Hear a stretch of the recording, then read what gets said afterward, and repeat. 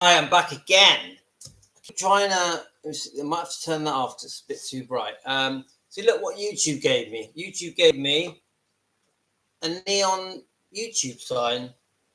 This is the box it came in. I'm actually quite proud of it. So I keep it here when I do my live streams. So they must like my Elvis channel. Right. So part two of my video about the Bodyguard, the Memphis Mafia member Red West. He also was a songwriter. He wrote Separate Ways, which won, but he wrote for other famous singers. He did stunt work in films. He did bit parts in films.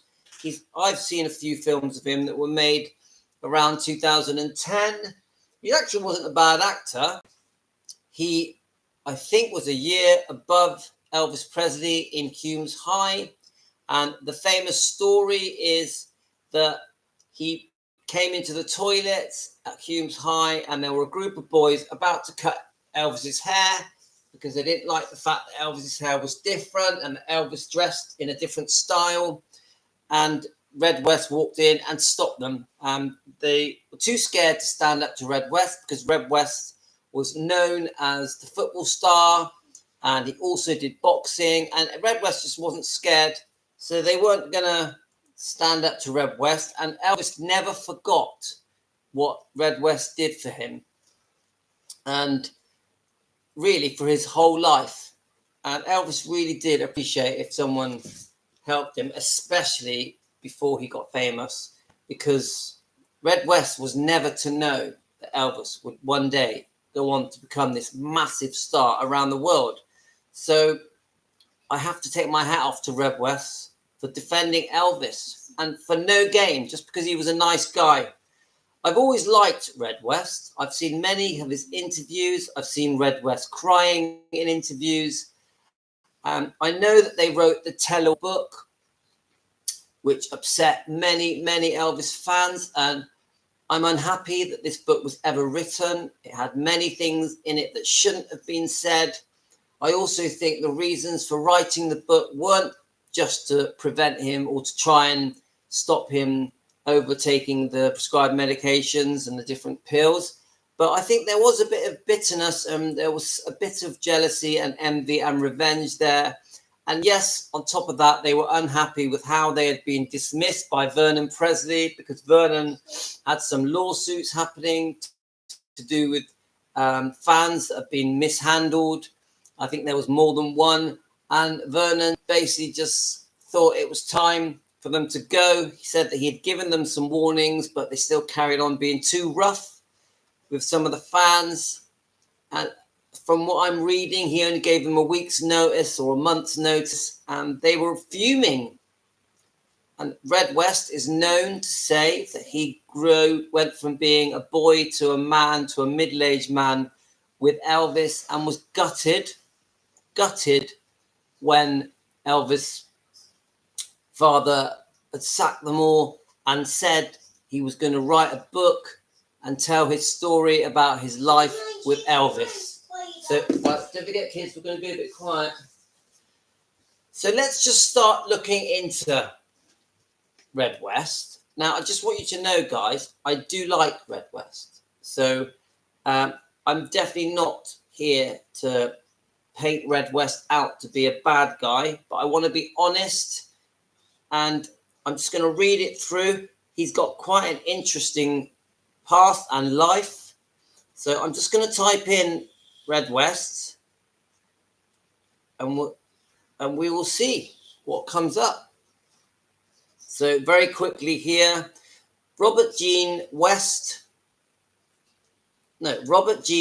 Red, I think Red was his nickname, was an American actor, film stuntman, songwriter. He was known for being close, confident, and bodyguard of rock and roll singer Elvis Presley, and that's Wikipedia.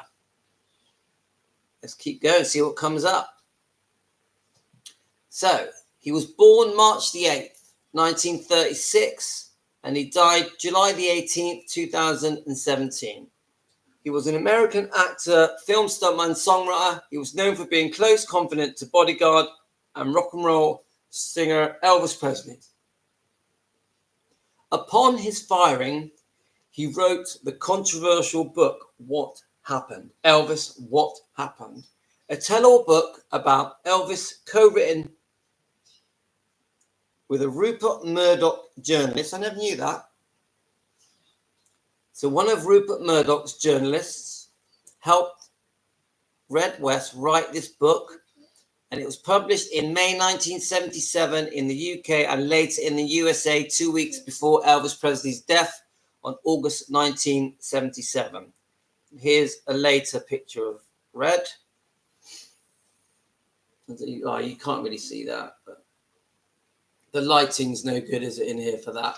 Okay, so I mean, there's some brilliant old footage showing Red in an old, is it a Chevy, with Elvis, and he was one of Elvis's drivers, and he would drive them around to different gigs in the early years. So let's just have a look here. West was born in Memphis, Tennessee, to Lois and Newton Thomas West, and he was the cousin of actor Sonny West. While attending high school in Tennessee, West and Sonny met Elvis Presley.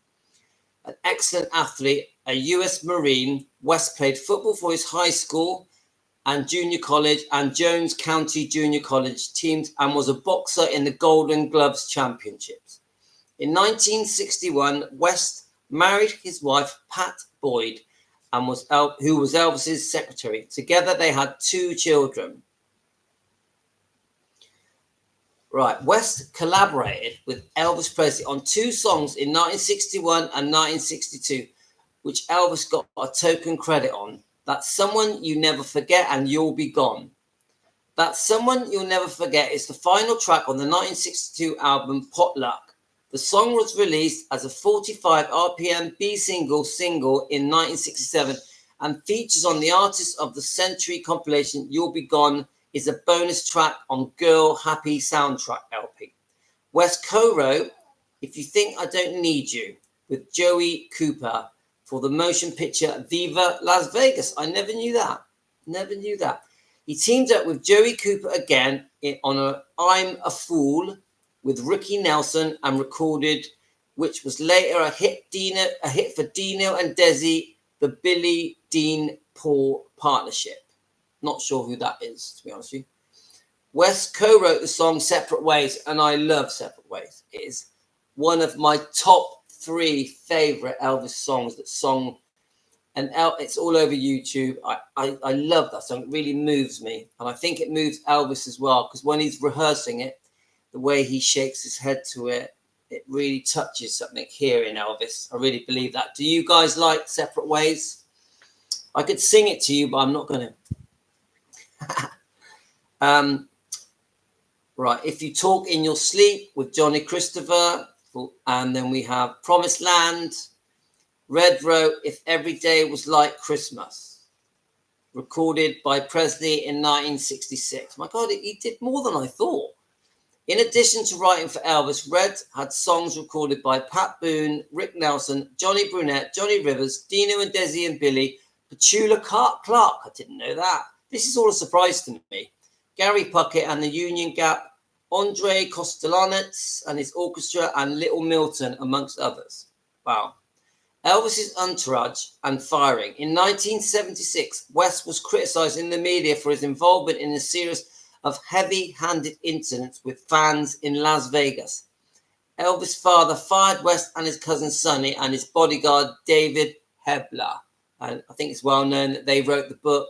There's some interviews showing them. The press have picked up that the fans and the public are not happy that they wrote this book, and they're questioning the Memphis Mafia trio, and the trio are trying to defend why they wrote the tell-all book, and they're trying to get out of it by saying that they wanted to change him and help him and stop him taking the pills, and that he had got too unwell, which I think there was a small part of it. But I actually think there was a bit of envy there, jealousy and upset and bad feeling and bitterness. They should not have written that book. And I honestly believe that later in life, they truly regretted writing that book. especially Red. And you see that when he's in tears in his interviews. And I just can tell that I don't think they were ever comfortable that they wrote that book, especially because weeks later he passed away. And the other thing that is well known is the telephone conversation when Elvis in 1976 phones Red West to try and resolve things. And Red West secretly recorded this phone call, which I think is very naughty. But if you listen to this phone call on YouTube, it's all over YouTube. It's very easy to find. It's a very touching conversation. And you can tell that there is love between these two men and a lot of regret. But the bottom line is Elvis was a perfect gentleman in that phone call. And he basically says to him, listen, you do what you got to do. That's what he says. And he quotes a line in the film Cool Hand Luke. Yeah. So a failure to communicate. And I know that they wished, I definitely think if they could have resolved things, they would have. And I also think if Elvis hadn't have passed away, that Red West and Elvis would have healed their wounds. I really believe that. Because I know there was true love there and they were decent friends. And I know Red West would have done anything for Elvis. Really believe that. And I think he protected Elvis thousands of times, and treated Elvis like a brother. In fact, I feel they treated each other like brothers. So anyway, when Elvis was making films in the 1960s in Hollywood, Red West appeared in the series The Rebel. Did any of you guys watch The Rebel? To do more stunt work in his